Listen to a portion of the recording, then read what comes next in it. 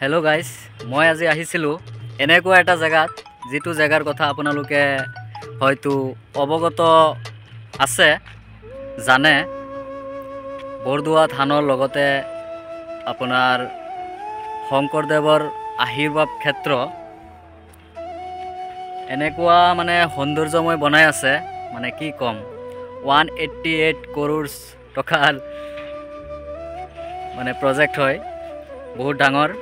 বহুত ধুনীয়াকৈ বনাই আছে এতিয়া ভিতৰলৈ যাব নিদিয়ে অক্টোবৰ মাহত ওপেনিং কৰিব মুকলি কৰিব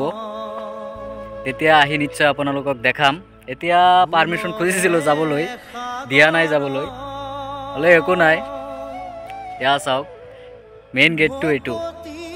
আৰু এইফালে ভিতৰৰ ফালেতো যাব নিদিয়ে ভিতৰৰ যেটো মানে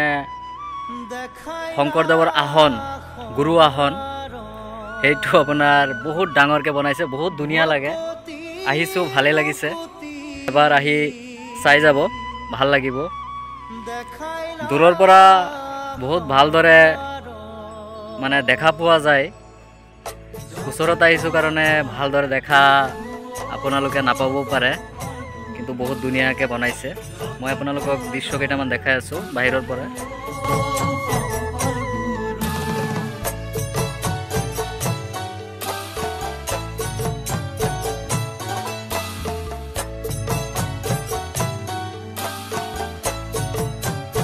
या चाওক এইটো মেইন গেট হয়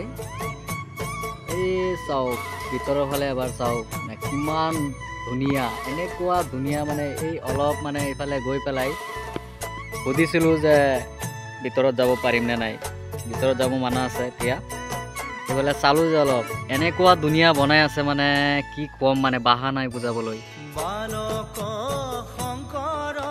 অপেন হোৱাৰ পিছত আকৌ আহিম আপোনালোকক দেখাম